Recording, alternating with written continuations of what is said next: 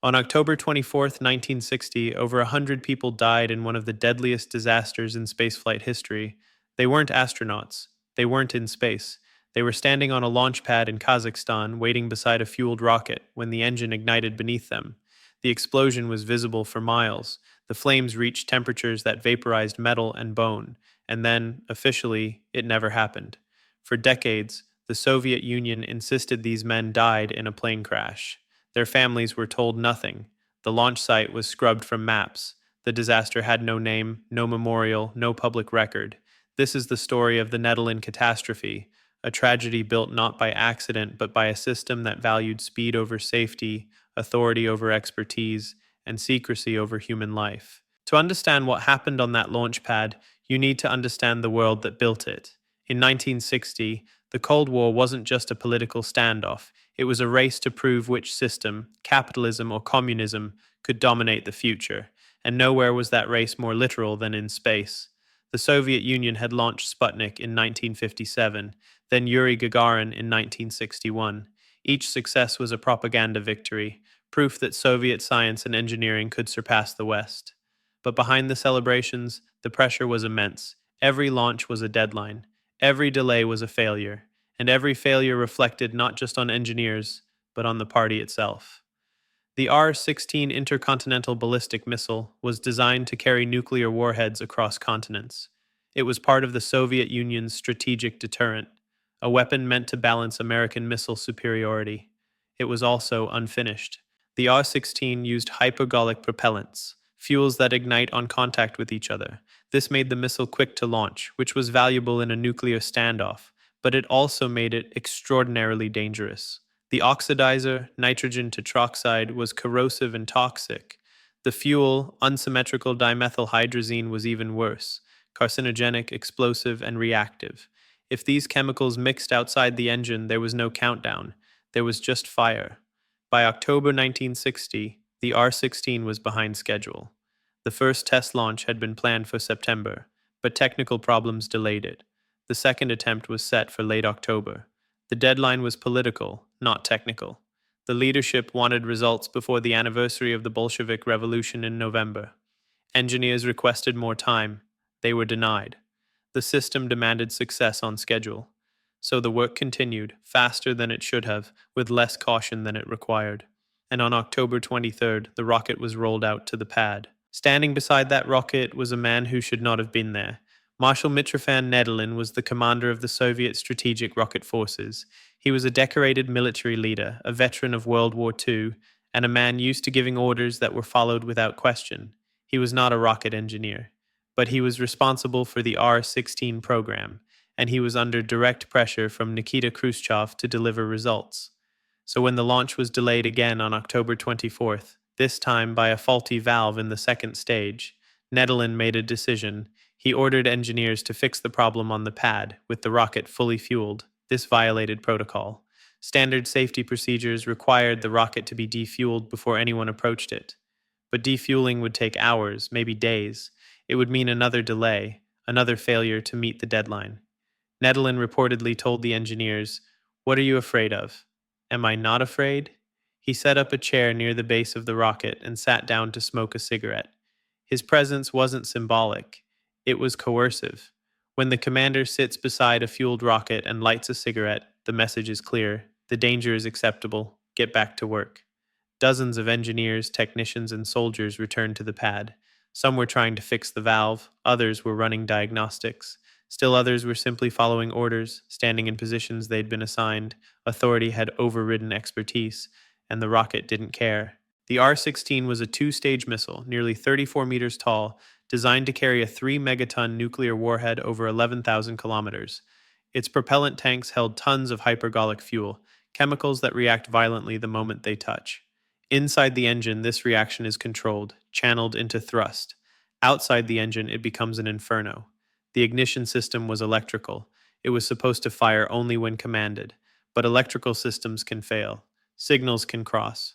A short circuit, a damaged wire, a mistimed relay, any of these could send voltage to the ignition sequence.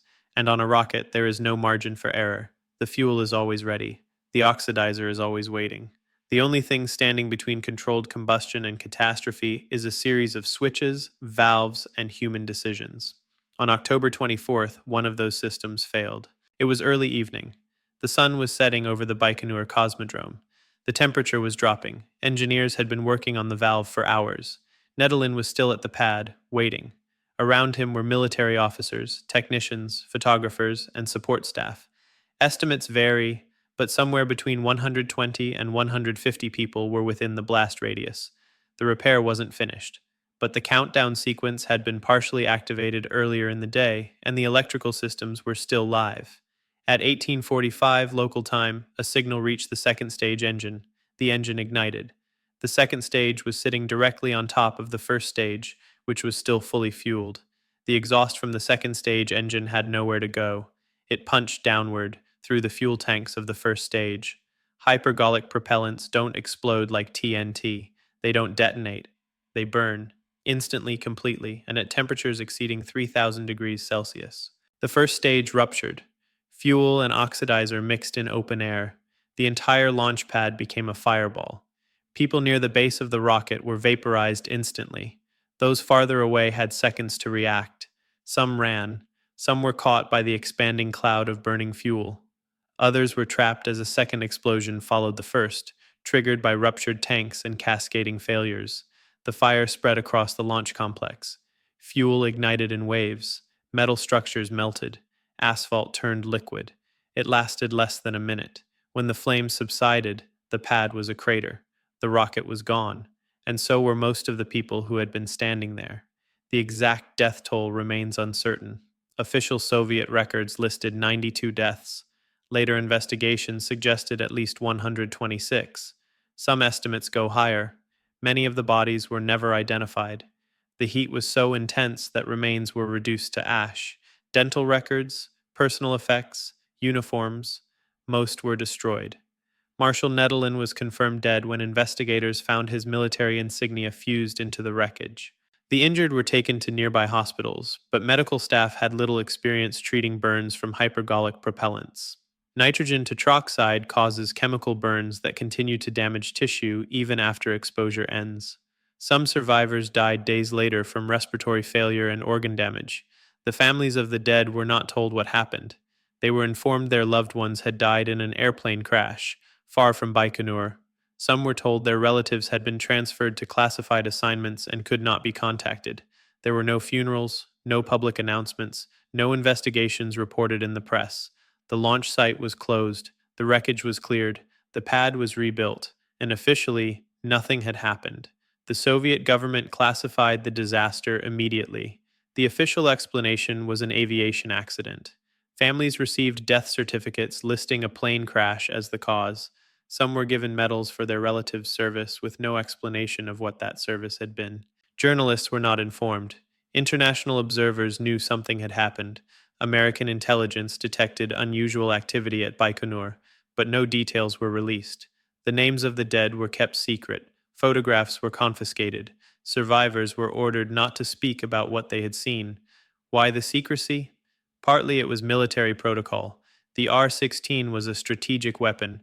Admitting a catastrophic failure would reveal vulnerabilities to the United States. But it was also political. The disaster reflected poorly on Soviet planning, Soviet leadership, and Soviet competence. In a system where the party controlled the narrative of progress, failure could not be acknowledged, so the disaster was erased. For decades, the Nedelin Catastrophe existed only in rumor, in whispered stories among engineers, in the private grief of families who were never allowed to mourn publicly. It wasn't until the 1980s, as the Soviet Union began to collapse, that fragments of the truth began to emerge. Journalists published partial accounts. Survivors spoke cautiously. Declassified documents confirmed what had been suspected.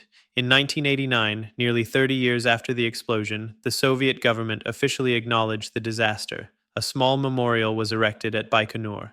The victims were named, the families were told the truth, but the silence had already lasted a generation. The Nedelin catastrophe did lead to reforms. Safety protocols were updated, fueling procedures were revised. The practice of allowing large numbers of personnel near a fueled rocket was banned. The R-16 itself continued development. It eventually became operational and served as part of the Soviet missile fleet for decades. The design was considered successful, but the culture that caused the disaster, the prioritization of deadlines over safety, the refusal to accept delays, the deference to authority over expertise, that culture persisted. Other disasters followed. In 1963, a fire at another launch site killed 7. In 1980, a Vostok rocket exploded during fueling, killing 48. The pattern repeated: pressure, shortcuts, silence. The Soviet space program achieved extraordinary things. It put the first satellite, the first human, the first space station into orbit. Those accomplishments were real.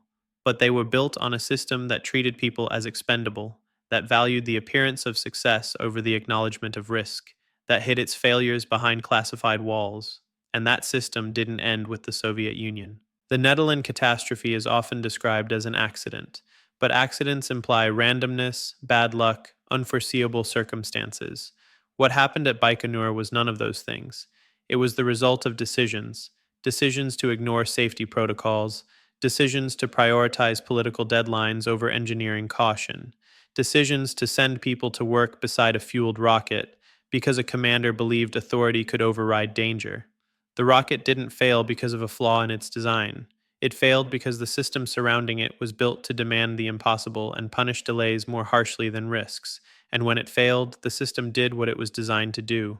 It protected itself. It hid the bodies, rewrote the story, and continued. The people who died on that pad were not heroes.